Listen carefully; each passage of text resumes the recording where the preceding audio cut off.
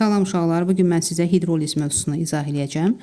Hidro bilirik ki, su deməkdir, liz isə parçalanma deməkdir. Hidroliz duzların suyun təsirindən parçalanması reaksiyalarıdır.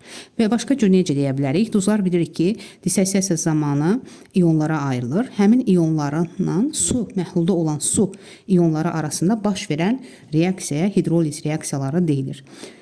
Duzların hidrolizindən qabaq biz mühiti müəyyənləşdirməliyik uşaqlar. Mühit nədir? Deyirdik ki, əgər məhlulda hidrogen iyonlarının sayından OH iyonlarının sayı bir-birinə bərabər olarsa, mühit onda deyirdik ki, burada mühit neytral olur. Əgər hidrogenin sayı OH iyonunun sayından böyük olursa, mühit turş olur. OH iyonlarının sayı hidrogen iyonlarının sayından çox olanda isə mühit qələvi və yaxud əsası mühit deyirdik. Və bu mühiti göstəricisi, müəyyən edən göstəricilərindən biri pH göstəriciləridir. Əgər pH 7-yə bərabərdirsə, bu demək ki, mühit neytraldır. pH 7-dən kiçikdirsə, turş mühitdir. pH 7-dən böyükdürsə, bu isə qələvi mühitdir. Biz də deyirik ki, duzlarda baxın, tutaq ki, bir dənə duz yazırıq. Məsəl üçün, yazaq natrium sulfit duzu. Duzlarda mühitdə deyə bilərik ki, mühit turşdur, qələvidir, yoxsa neytraldır. Bunu müəyyənləşdirmək olur. Belə bir sual meydana çıxır ki, axı duzların tərkibində normal duzlardan söhbət gedir. Nə hidrogen görürük, nə OH görürük. Burada mühiti necə müəyyən edə bilərik? Bunları duzların hidroliz mövzusu izah eləyir. Duzların yaradan əsas və turşunun təbiətindən asılı olaraq, qüvvətliyindən asılı olaraq 4 tip uşaqlar biz duz yaza bilərik. Birinci, qüvvətli əsas, qısa yazıram, və qüvvətli turşudan əmələ gələn duzlar. İkinci, zəif əsas və zəif turşudan əmələ gələn duzlar. Üçüncü isə, bax, qüvvətli əsas, zəif turşudan əmələ gələn duzlar. Zəif turşudan əmələ gələn duzlar. Dördüncü isə, qüvvətli, demək, zəif əsas, belə yazaq, zəif əsas, qüvvətli turşudan əmələ gələn duzlar. İndi uşaqlar, qüvvətli əsas və qüvvətli turşuları biz mövzuda keçmişdik. Yenə indi mən sizə xatırladacağım. Deməli, belə müəyyənləşdiririk. Əgər mühit, əgər duz qüvvətli əsas və qüvvətli turşudan əmələ gəlibsə, zəif əsas və zəif turşudan əmələ gəlibsə, burada mühit neytral olur. Yəni, bu ikisində mühit olur neytral. Digər duzlarda uşaqlar, qüvvətli hansı tərəfdirsə, mühit o olur. Baxın, qüvvətli əsas və zəif turşudan əmələ gələn duzlarda əsas tərəf qüvvətli olduğuna görə mühit əsasi mühit olur. Qələvi mühitdə deyə bilərsiniz. Zəif əsas qüvvətli turşudan əmələ gələn duzlarda isə turşu qüvvətli olduğuna görə burada mühit turşu olur. Biz bilirik ki, indikatorlar lakmus, fenolftalein, metal oranj neytral mühitdə heç biri rəngin dəyişmir. Amma əsasi və turş mühitdə indikatorlar özləri fərqli rənglər verir. İndi bunlara misal gətirək. Yaxşı, biz bu duzları bölək. Qüvvətli turşular hansılar idi? Biz deyirdik ki, 8 dənə qüvvətli turşu var. Baxın, burada yazmışam, qüvvətli turşular, baxın. Sulfat turşusu, nitrat, xlorid, bromid, yodid, xlorat, perxlorat, permanganat turşuları qüvvətli turşulardır. Qüvvətli əsaslar hansı idi? Qələvi metallar və qələvi torpaq metallarının əsasları. Birlikdə litrium, natrium, hidroksitlər, kalium, ribidium, sezium, fransium, kalsium, stronsium, barium. Bunlar isə qüvvətli əsaslardır. Biz bayaq dediyimiz kimi, məsələn, burada duz gətdik ki, qüvvətli əsas və qüvvətli turşudan əmələ gələn duzlar. Bu o deməkdir ki, biz turşunu əmələ gətirən əsas buradakı əsaslardan olmalıdır. Turşu isə bu turşuların siyahısında olmalıdır. Məsəl üçün, mən yazıram, tutaq ki, natrium xlorid. Baxın, bu da qüvvətlidir. Bu da qüvvətlidir. Deməli, burada mühit neytraldır. Və indikatora təsir eləmir. Burada pH 7-yə bərabərdir. İndi yazaq, zəif turşu və zəif əsasdan əmələ gələn duzlar. Yəni, nə metal buradadır əsaslar içində, nə də turşu buradadır. Məsəl üçün, yazıram, tutaq ki, sink sulfit. Fikir verin və yaxud bu fikir verin, zəif əsas və zəif turşudan əmələ gələn duzdur. Burada mühit neytral olur. Sonra qüvvətli əsas və zəif turşudan əmələ gələn duz. Məsələn, əsasları bunların içindən seçirəm. Tutaq ki, yazaq kalium. Amma turşu buradakı turşulardan deyil, zəif turşu götürək. Məsələn, karbonat turşusu bilir ki, zəif turşudur. Əsas tərəf güclüdür, turşu tərəf zəifdir. Deməli, mühit qələvi mühitdir.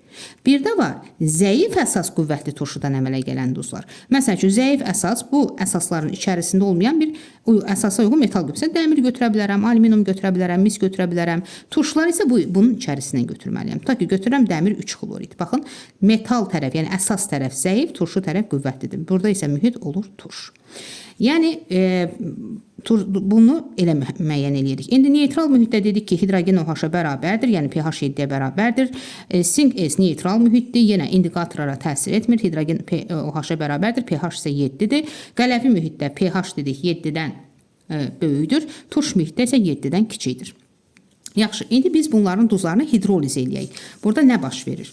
Bir ən vacib cümlələrdən biri odur ki, uşaqlar, biz bilməliyik ki, qüvvətli əsas və qüvvətli turşudan əmələ gələn duzlar və çöküntü olanlar heç vaxt hidroliz etmir.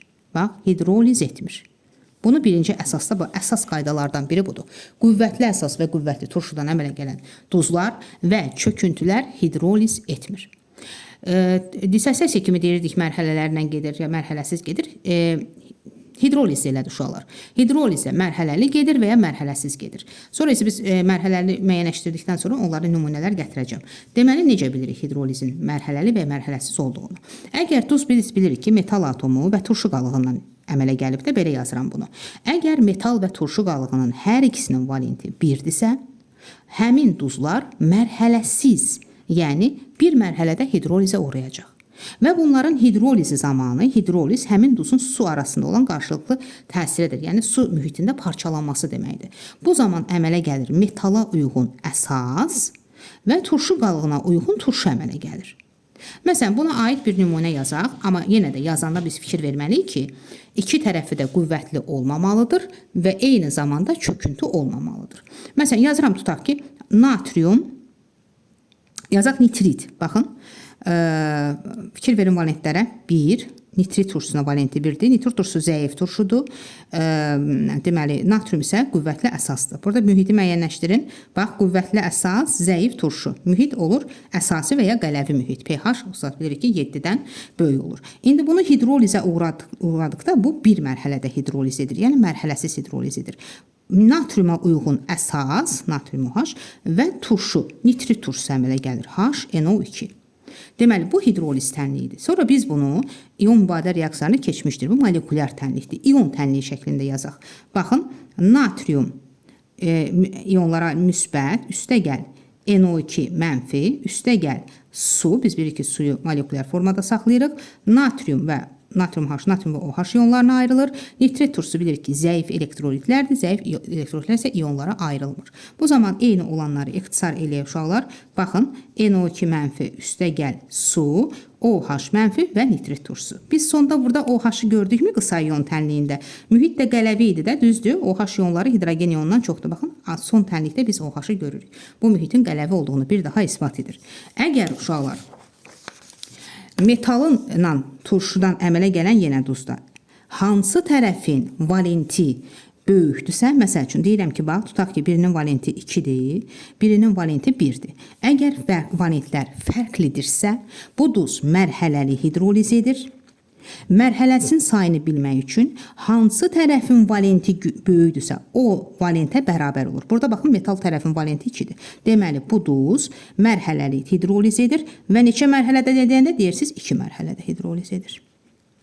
Sonra deyirik, birinci mərhələsindən hansı tip duz əmələ gəlir?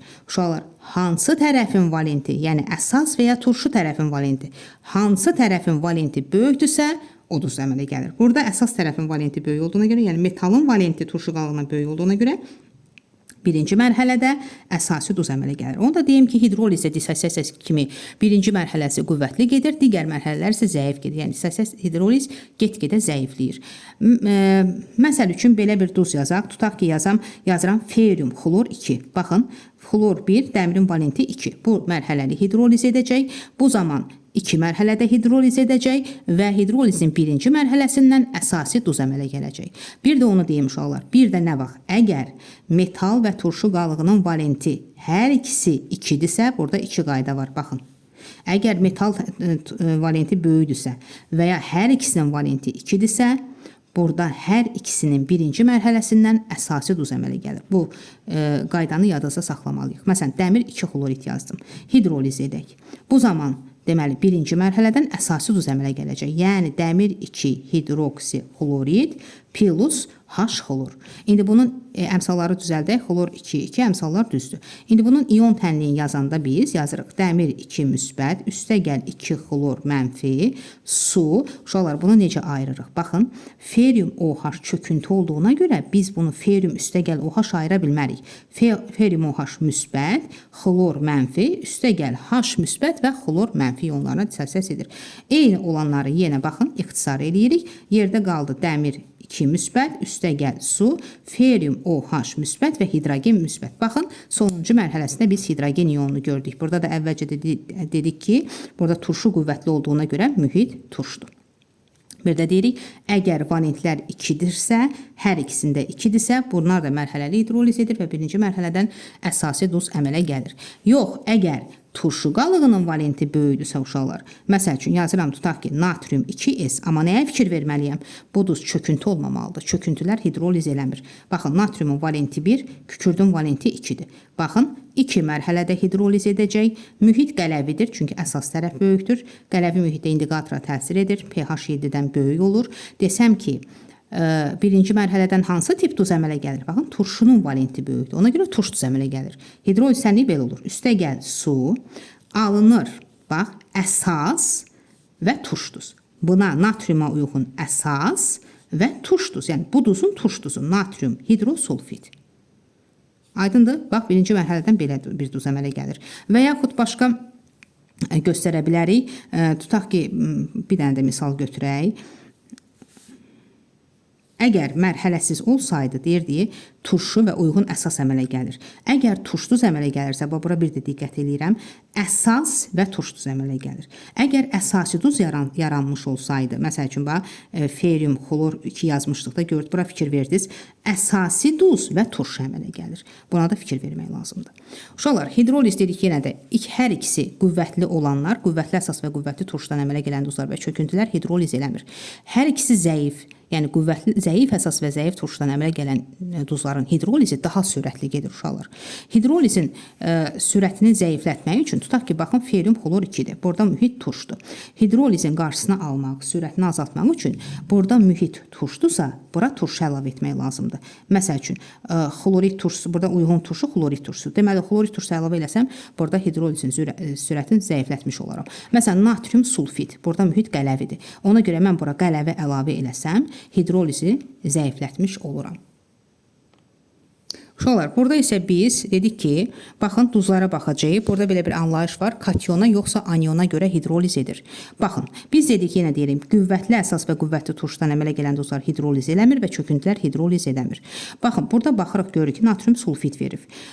Burada natrium kationdur, kalium aniondur. Burada uşaqlar, hansı zəifdirsə, o ona görə hidroliz edir. Çünki ikisi qüvvətli olsaydı, bu duz hidroliz edəməyəcəkdi.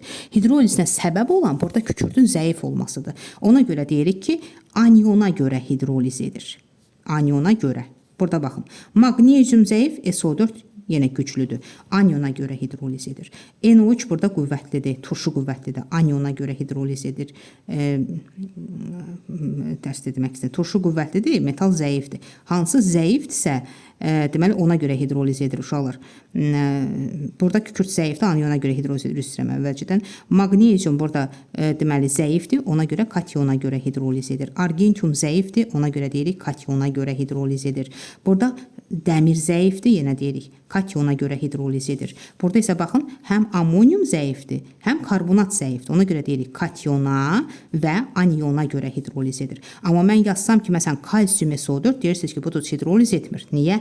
Çünki çöküntüdür. Və yaxud yazıram ki, natrium NO3 çöküntü deyil, amma hər ikisi qüvvətli olduğuna görə bu duzda hidrolizə uğramır.